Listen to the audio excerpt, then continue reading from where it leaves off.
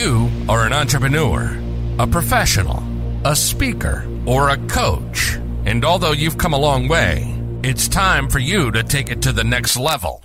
We've got you. This is the Author to Authority podcast.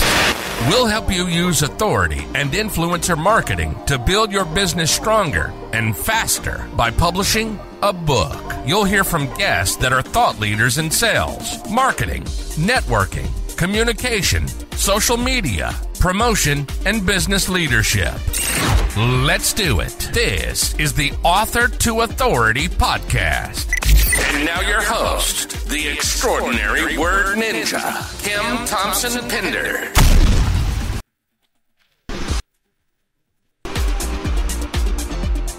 Welcome to the Author to Authority podcast. And today, I love the topic of today's conversation.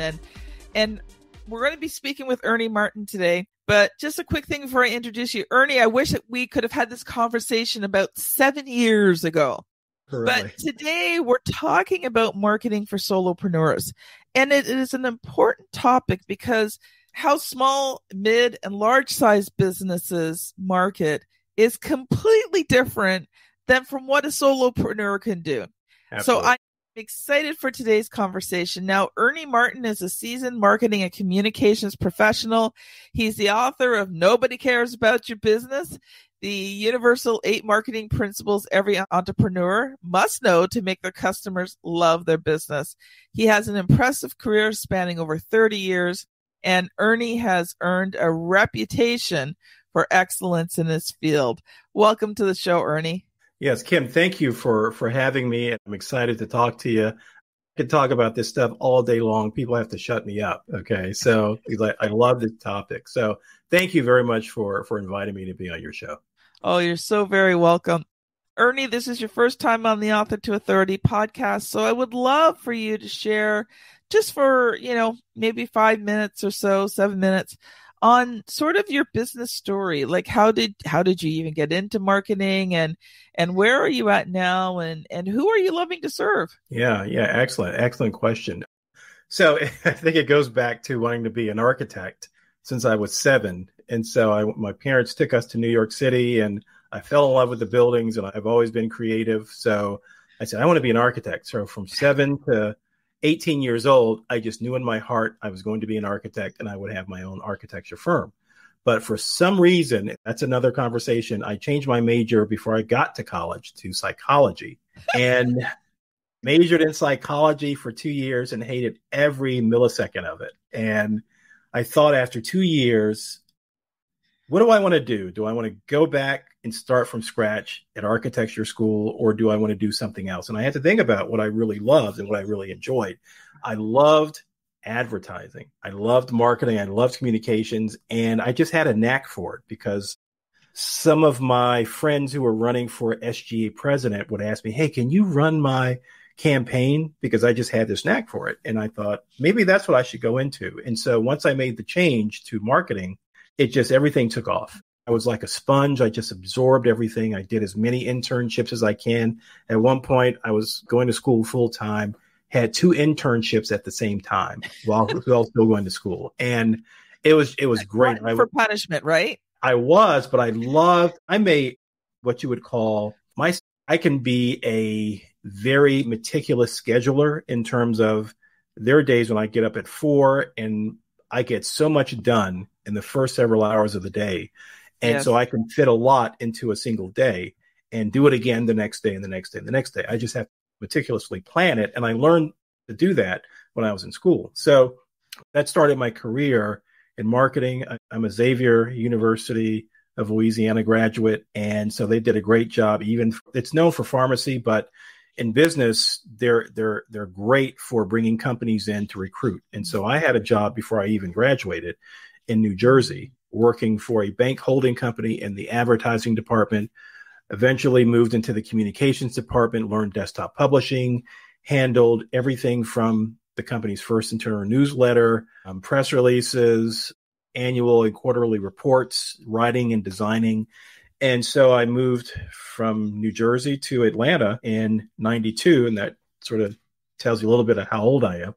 So And one of the reasons you're close to the same age. Okay, well, probably. So I moved to Atlanta because a couple of reasons. One, the Olympics were coming. And number two, I understood Atlanta to be very welcoming to transplants. And I eventually wanted to start my own business, whatever that was going to be. Mm. And so I worked for a number of companies, worked for Georgia Pacific, worked for Delta Airlines. And then I started my first business in 2003. So from 2003 to 2008, ran my own marketing communications company, and it's basically an agency. And I was a solopreneur. That was my first foray into being a solopreneur, where I had to do everything myself. You know, when you have a job, you don't have to worry about the accounting. You just do your job, and that's it. You don't have to worry about the trash being taken out, company insurance. You don't have to worry about taxes on the company or anything like that. You just do your job, and then you go home. Well, and get a paycheck. Exactly. And, you know, the interesting thing about that, Kim, is regardless of whether you work hard or whether you slack off a little bit one week, you still get the same paycheck for the most part, for most jobs. It's not the case with most solopreneurs, because the revenue that you generate is directly tied to your effort that you put into it. Now, obviously, there are things, people get breaks and, you know, people get quote unquote lucky, but I've always seen luck as preparation meeting opportunity. Okay. One of my favorite quotes. Absolutely. So I did the solopreneur thing. I did hire contractors to help with a number of things. So I started off doing website development myself. And then eventually I hired contractors to do it for me, for my clients. And so at the beginning of the recession, I left that and was given an offer I couldn't refuse for my next employer, where I was global director of marketing for suppliers for this one company headquartered in London. So I got a chance to travel all around the world. It was great. It was wonderful. And then had an epiphany based on some work that I was doing at the company. And I thought this would make a great business, but I didn't want to start another business. And eventually, after a year of cultivating the idea and creating a business plan, I thought there is no way I can't start this business. So I left that company in 2014, started my current company, Receivable Savvy, in 2015. And so I've been doing that ever since. That started out as a solopreneur, and I was the only one. I was doing everything. But since then, I've got some help. So, but it's really a challenge being a solopreneur, because you have to do everything. You have to do everything well. So therein lies the challenge.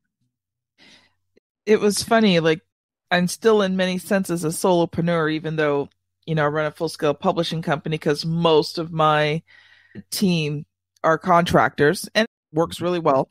Yeah. But you are right. Like, I wear many, many, many hats. I'm the salesperson. Yes. I'm the accountant. Mm-hmm. Thankfully, I don't manage all the book projects. I did find someone who would manage all the projects for me. Good. But this podcast, I work on this podcast. I don't do all the work on the podcast, but I work on this podcast, right? And the marketing and, you know, all these things that you want to do. And yet there's only so many hours in a day, and you still have to have time to sleep and spend time with family, because what's the use of doing this business for time and money freedom if you never see your family? Yeah, absolutely. It's a challenge, and that time becomes a premium. But it's something that, and you've faced this, because you just said you did, and I've certainly faced this, and others have faced this too, where because you have to do so many things and you have to wear so many hats, there are certain things you don't have. Well, there are certain things you have to try to make time for, and that's family. You know, if you're married, your spouse, etc., friends, a little bit of downtime if you can afford to do that, which I think is very important. The one thing that we can't afford, though, and this is speaking from experience, typically a very positive, upbeat person anyway. And in my book, I write, one of the chapters is, should you even be an entrepreneur? You know, because there are a lot of people who want to start their own business, be a solopreneur, do their own thing. And the question is, should you even want to do that? Because entrepreneurs, and especially solopreneurs, are they exhibit certain characteristics. And one of those characteristics is lack of fear. Okay. You may be afraid of things may be fearful, but you are able to navigate through that and keep going. So one of the things we can't afford to do is we can't afford to get down in the doldrums, because if we do, then things wouldn't get done. And then, if we're feeling sorry for ourselves, why didn't this happen the way I thought it would happen? And then the next thing you know, you don't have a business. The next thing you know, you're looking for another job, and you're starting where you're back to where you started from. So I think it's synonymous, solopreneurs and the characteristics of an entrepreneur. You've got to manage fear properly. And some people can do that very well. Some people can manage fear, have a lot of things going on where they may appear fearful and still get a good night's sleep. Other people come apart when fearful things happen and they can't sleep, and then everything falls apart. The other thing is having courage. You've got to have courage. You've got to be willing to, hey, there's, the old saying, a bird in the hand is worth two in the bush. And so you have something here, but you see that there's something over there that is even more enticing. And if you build a strategy that allows you to go from point A to point B, that means you may have to let go of a couple of things. And that's fearful to some people. Yeah. And so having that courage is a necessity when you're a solopreneur and an entrepreneur. Also, having some creativity is incredibly important. The entrepreneurs that I've spoken with, there are some who are just very creative. Some of them have started businesses, enterprises, grown them significantly. Others get stuck in their fear or lack of creativity. And if someone has another idea, hey, what about this idea? What about that idea? They're fearful and they lack creativity, so they end up not doing anything. Okay. And so that tends to hamstring a lot of entrepreneurs and solopreneurs as well. So, and then you've got to be able to, I think I'm good at this. Some people are good at it. Some people are not. I think I've always been good at balancing the left brain, right brain. So there's the logical, planning, meticulous side of me that gets to be somewhat obsessive. And then there's the creativity part of me, because as you can see with the guitars in the background, I also write music and I play guitars. There's a creative side to me. And I'm very grateful for that ability to balance both. Oh, I got a keyboard in my office. Good for you. A piano keyboard in my office. Excellent. No, that's great. That's great. So I'm actually going to stop you there for a sec, Ernie, because I wanted to just make a couple of comments here, because there was a few things that you said that I think are just little nuggets that if people grab onto them, one of the things you talked about was getting up early in the morning. Now, I realize that not everyone is a morning person. Right. So you might have to do the reverse. Maybe you're the one who stays up half of the night and does stuff. Sure. But I am an early morning person. And if I get up at 5:00 and I start working, I can get more done between 5 and 9 than I can usually get done between 9 and 12. Absolutely. Yeah. So I think I'm sorry, go ahead. It's understanding your body's rhythms, right? And what works best. Because if you're a night hawk and you're trying to get up at 5:00 in the morning, that is not going to be your productive time of the day.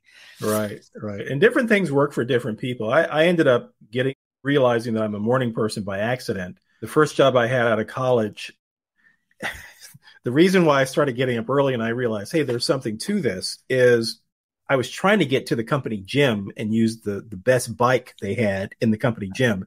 And I was getting there at 6 and another person started getting there at 5:50. So I said, I'm going to get there at 5:40. And so we kept going back and forth. And so I said, I'm just going to nip this in the bud. I'm going to get up at 4. And I'm going to go in there. I know she's not going to be there. And that was the case. She was not there. So by the time I was done, then she was coming in. And I realized, boy, I would get up at 4, go to the gym, work out, be in the office by 6:30 in the same building. And I got so much done. And I realized there's something to this. And so I didn't start off planning to do that. It just happened by accident. But I realized, like you said, if I get up at 4, this is my home office. I have an external office. And if I go to that office at 4:30, 5:00, by the time 11 o'clock rolls around, I've done 6 straight hours of just plowing through stuff.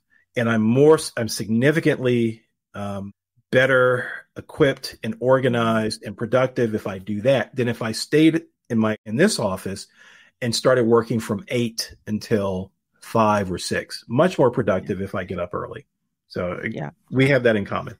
The other thing that you said that I think people need to understand is the word courage. See, I think people tend to think that courage is this thing where you're not afraid. But courage is the exact opposite. Courage is you feel the fear, but you make a choice. You choose to do it anyway. And I think that is critical as an entrepreneur. Because, there's going to be stuff flying at you. There's new things you've got to learn. You've got to incorporate new ideas. You have to be open to new ideas. You have to be willing. You have to be willing to fail.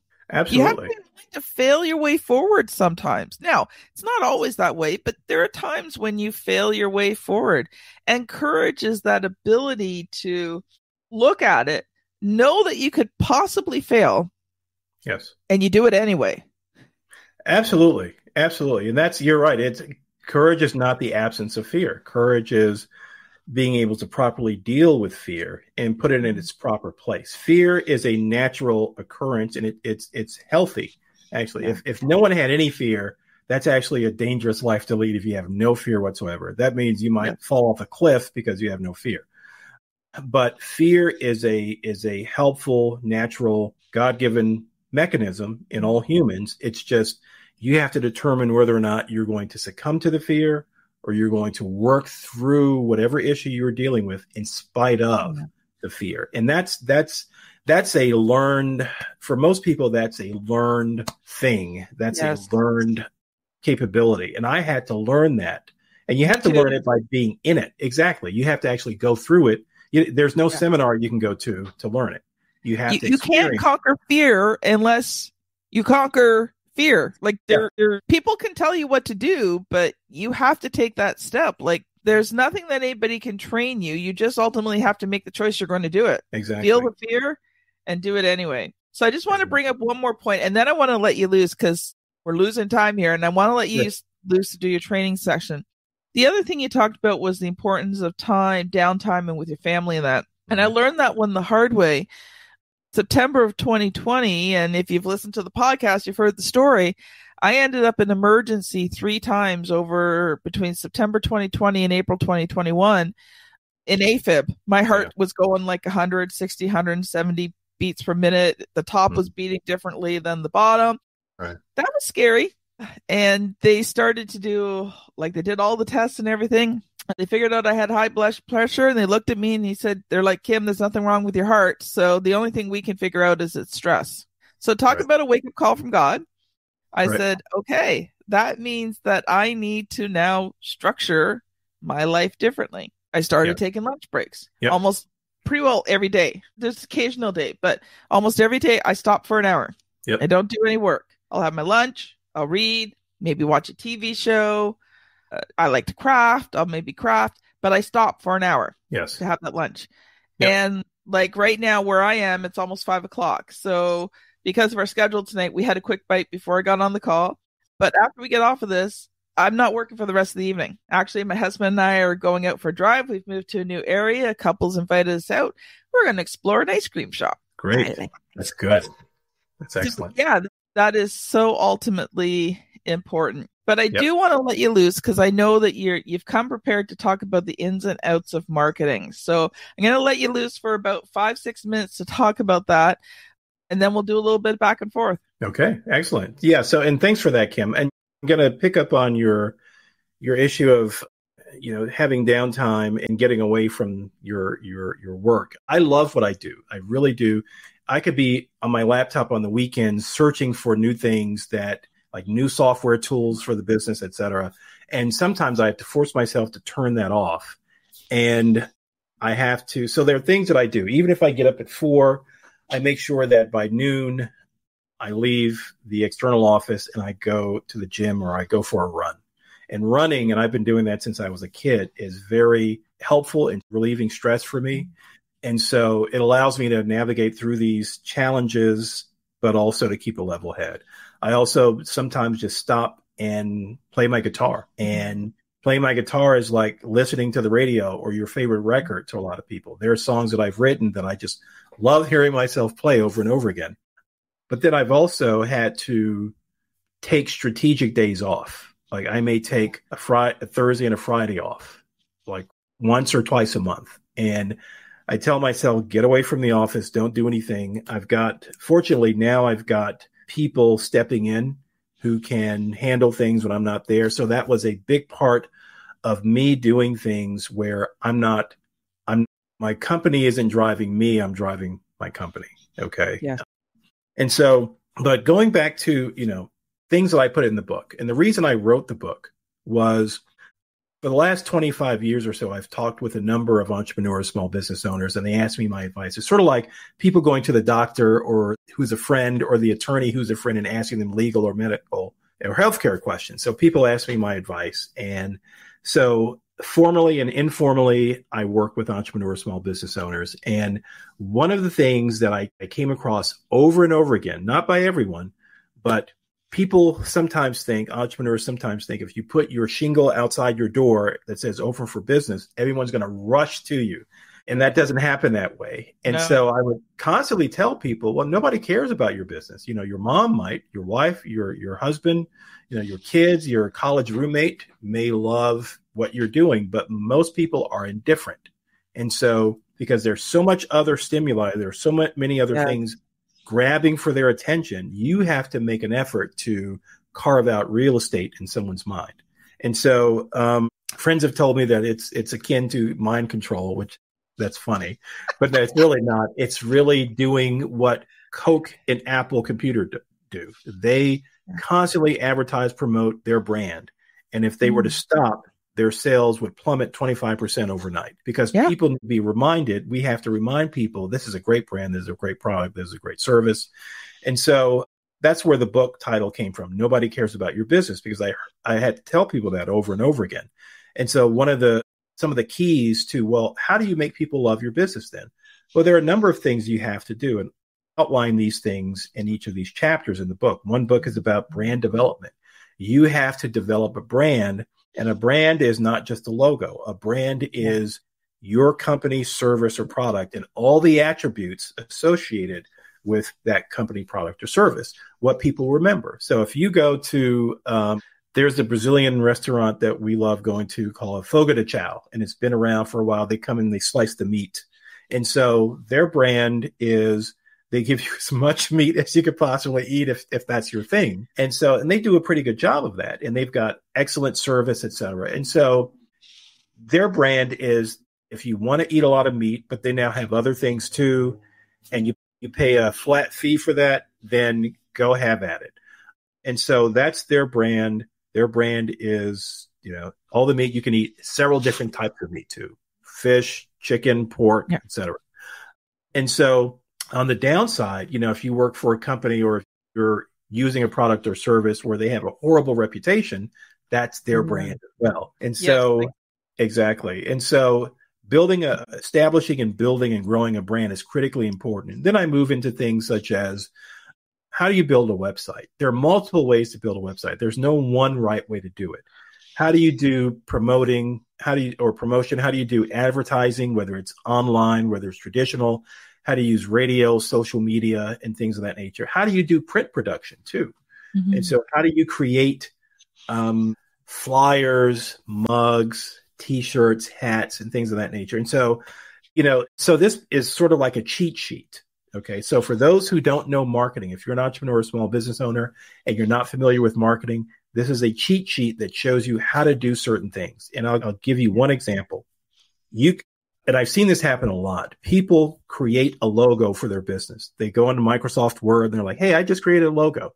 Well, when you create a logo, you have to keep in mind that if you intend to put it on a website, you also have to keep in mind that you have to put on a card, if you put it on a flyer, if you put it on a mug, a hat, or a T-shirt, you have to use different colors to achieve the same look across all channels and all platforms. You have PMS color that's like, I'm just making this up, $9.79. And you use that for website logo, for brochure logo, for business card logo, for hat logo, it's all going to look different. So you have to use one color for print. You have to use another color for website. You have to use likely another color, depending on what it is, for producing things on a T-shirt, et cetera. Mm-hmm. And so I explain these things for the readers of the book because no one's going to explain it to you. You have to sort of live through it. So I help readers of the book, small businesses, entrepreneurs, to sort of have that cheat sheet and say, oh, I want to do this. So this book says I should go about it this way. And so it cuts through a lot of red tape. And as I say, it cuts through a lot of BS. And being a marketer and having an agency and working with agencies, there are some that do a great job of cutting to the chase. There are some that do a great job of creating fluff and BS. So I prefer former. It's even things like dots per inch.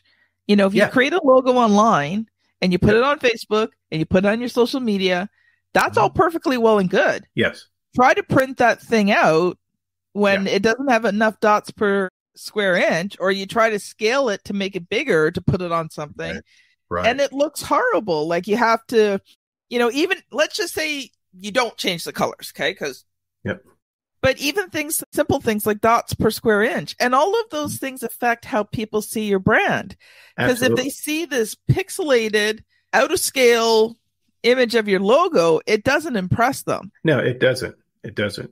It makes you look like you don't know what you're doing. Even if your focus is not marketing, if you present that, it makes it look like, let's say you're a store owner, or let's say you manufacture clothes or whatever. It makes you look like you don't know what you're doing if you can't get your logo right. And so that's something that entrepreneurs and solopreneurs need to keep in mind. Now, one thing, Ernie, I was wondering about, because this is something I've seriously thought about, because one of the things I teach is authority marketing. How important is it in terms of your marketing to really understand or really have a well-defined target market? Critically important. And this is another thing that I run across where entrepreneurs, small business owners want to cast a wide net. They want to market to everybody and their mother. And I have to explain to some folks that it's best if you narrow your focus and define a niche and target and market to them. Well, what about all these other people? And again, I go back to nobody cares. Okay. So you're going to spend $1 million trying to boil the ocean, so to speak, and you can't. You have to focus on those who are most likely going to be receptive to your product or service, and those who you would think at some point with a number of interactions are going to make a decision to buy from you. And that's usually a niche, a small segment of a target audience, whether it's, Caucasian males between 35 and 55, or African-American women from the ages of 18 to 35 who live in the Midwest or who live in metropolitan areas or something like that. So defining your target market. My target market for Receivable Savvy is finance executives, decision makers, and managers who are on the order to cash or the supplier side, because there's multiple components to finance. You could be on the buyer side where you're handling accounts payable. You could be on the supplier side where you're handling accounts receivable. My focus is on the supplier side, handling accounts receivable, and it's primarily CFOs, finance directors, et cetera. For mid-sized companies, and the reason why it's mid-sized companies and not small companies and not Fortune 500 companies is because when I focus on mid-sized companies, it also, by extension, speaks to large Fortune 500 companies because they're doing similar things. Yes. It doesn't speak to small businesses because small businesses don't deal with the same thing that mid-sized businesses deal with in terms of order to cash, invoicing, et cetera. There's some overlap, but an example would be a small business is going to use QuickBooks. Okay. A mid-sized company is going to use an ERP system like Oracle or NetSuite. Okay. And so those are two different types of disciplines. And so we don't speak the QuickBooks accounting small. Yes, exactly. And so we don't speak small business accounting language. We speak mid-size order to cash language. Yeah, I totally get that. And, the thing is, here's what I've learned, especially as a solopreneur. When you don't have a marketing team and you don't have a sales team and you're running all the hats, if your marketing is targeted and you have that specific group, first of all, it allows you to stand out more so that people actually notice you. Yes. But secondly, if you do that, you don't have to talk to as many people to convert a lead. So you're actually saving yourself time and energy and a lot of no's by having that well-defined target market. And we're going to shift gears here because we've got about maybe 5 minutes left. And there's a question that I ask every author that comes on the show. So normal listeners, you know what's coming next. And the question is this: what was the good, the bad, and the ugly of publishing your book? Oh, boy, that's interesting. I think I'll start with the bad and the ugly, and I'll end with the good. The bad was really finding the time to do the editing. I wrote it a few years ago, like in one weekend. I just, diarrhea of the brain, where it's like I realized I should put this stuff down on paper because I'm talking to all these entrepreneurs. These things continue to come up over and over again. This might make a good book. And so I just, stream of consciousness over the weekend. And I thought, this is actually pretty good, but it needs to be edited. And so I did the editing myself, hired an editor to help me edit it, et cetera. And then other stuff got in the way of growing a business, and it sort of sat on the shelf. And so, and by the way, I was a aspiring author back in the mid 90s when I was growing my career. And that was the old fashioned way, where you have to go through an agent or a publisher. So there was no Kindle publishing, or Amazon publishing.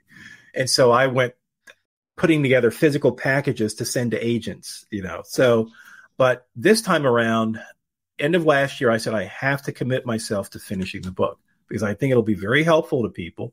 And so beginning of this year, I spent a few months doing some additional editing, adding some new things to it because things have changed in the last few years a little bit, and went the route of having it formatted and then uploading to Amazon. So the bad was it sat for a few years. Okay. The ugly, maybe the ugly was I realized that, in order to get paid from Amazon, number one, you've got to sell a good number of books. There's a threshold. And then they don't send you the money until 60 days later, after you've reached that threshold. So it's like, okay, well, that's great. Hopefully nobody's relying on that to pay the mortgage. And so, but the good has been things like this. And so I have a chance, new platform and a new opportunity to talk to entrepreneurs, solopreneurs, small business owners, where I didn't have as much of a wide profile and opportunity to do this. And so I think the book has helped some people that I know and some people that I don't know. And it's everywhere I turn, there's someone saying, hey, you wrote that book that, has that funny title. And it's like, that's great. So I really enjoy that. But I think the best good is that it's helping people and that it's an opportunity to share some of the things that I've shared with people that I know and sharing it with people that I haven't actually met or don't know. Yeah, so true. You were saying that, and one of the things I teach my clients, and this will be the last thing before we kind of sign off, but I teach my clients that writing a book is not a field of dreams. You talk about putting out the sign and expecting business to come. Well, it's the same thing with publishing a book. Absolutely. If you don't market that book, nothing is going to happen.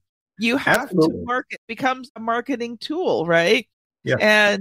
And so many people have that concept, I'll just write a book and all this stuff comes flooding in. No, you write the book, you go through all the good, bad, the ugly of getting that book published, and then the real work begins. Yes. Yeah, absolutely. Absolutely. You've got to, I try to leverage the fact that I'm now officially an author, and with clients, with prospective clients, there are other organizations that I volunteer with, and I really enjoy it. And so because they know that I'm an author, et cetera. But you also, as you mentioned, you also have to market it. You have to market it on Amazon if you're publishing it on Amazon or Barnes & Noble or anywhere else. I also use Facebook too. Facebook is a fantastic way to market books, and it's relatively inexpensive to do it. Yeah. So there are multiple methods that you should use to market your book. And I'm a big believer in not necessarily at the dinner table at Thanksgiving, if you're around family per se, unless it's a book that pertains to something like that. But I talk about it all the time to the point where I don't want to be an annoyance to people, but if the opportunity presents itself, I do talk about it. And people have said, you know what, I'm going to go out and buy your book. And so they do that, and then they want me to sign it. So that's a nice to have. So Ernie, we are out of time. So what I would love for you to do is just, if people have enjoyed this episode and they want to connect with you, how can they get a hold of you? And do you have any freebies today that the audience can enjoy? Oh my goodness, freebies.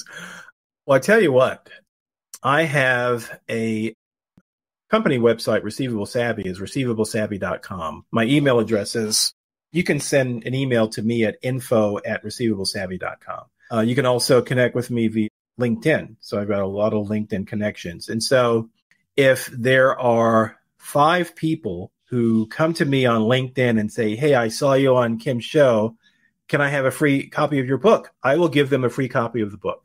So it has to be the first 5 to do it. So if the first 5 do it, starting, I guess, now, then you'll get a free copy of the book. Ernie, I love that. Thank you so much. This has been a wonderful conversation. So this has been Ernie Martin and Kim Thompson-Pinder on the Author to Authority podcast. Thank you so much for listening, and we'll see you on the very next episode. Bye now. You've been listening to the Author to Authority podcast.